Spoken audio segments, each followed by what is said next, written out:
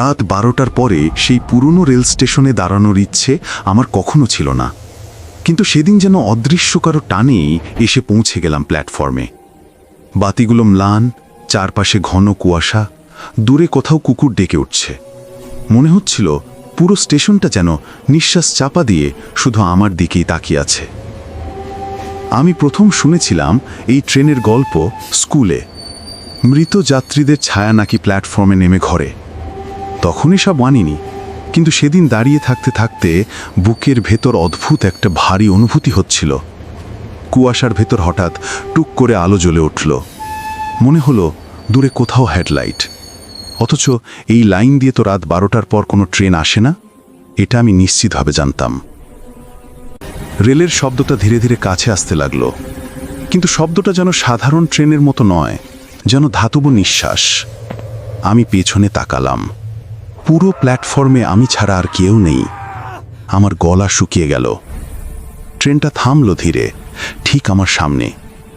অথচ আশ্চর্য, পুরো বগিগুলোতে আলোর রং ছিল ম্লান নীল, যেন পুরনো হাসপাতালের বাতি। আমি পালাতে চেয়েছিলাম, কিন্তু পা নড়ল না। সেই সময় দেখলাম জানালার কাঁচের ওপাশে এক একটা মুখ দাঁড়িয়ে আছে, মানুষের মতো, কিন্তু মানুষের নয়। মুখগুলো যেন একটু দেরিতে নড়ে, আর চোখগুলো স্থির। আমার মনে হচ্ছিল তারা যেন আমাকে চিনতে পারছে। কেন যেন ভিতর থেকে একটা ঠান্ডা হাওয়া ছুঁয়ে গেল।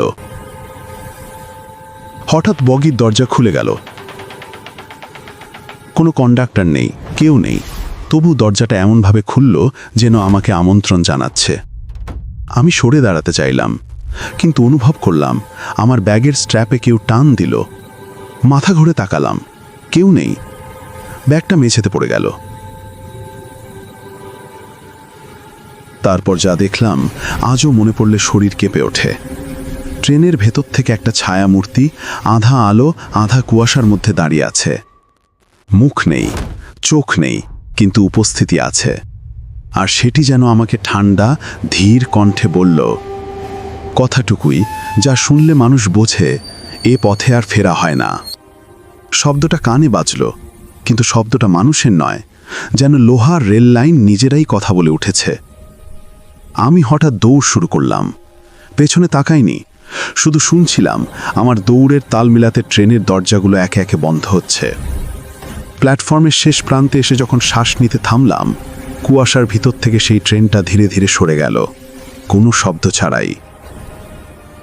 পরদিন সকালে শুনলাম সেই রাতে কেউ একজন আমাকে নাকি স্টেশনে একা দাঁড়িয়ে থাকতে দেখেনি। কিন্তু আমি জানি ওই ট্রেনটা সত্যি ছিল, আর কোনো এক অদ্ভুত কারণে সেই রাত আমাকে বেছে নিয়েছিল। এখনো মাঝরাতে কখনো কখনো মনে হয় দূরে কোথাও রেল লাইনের উপর নীল আলোটা আবার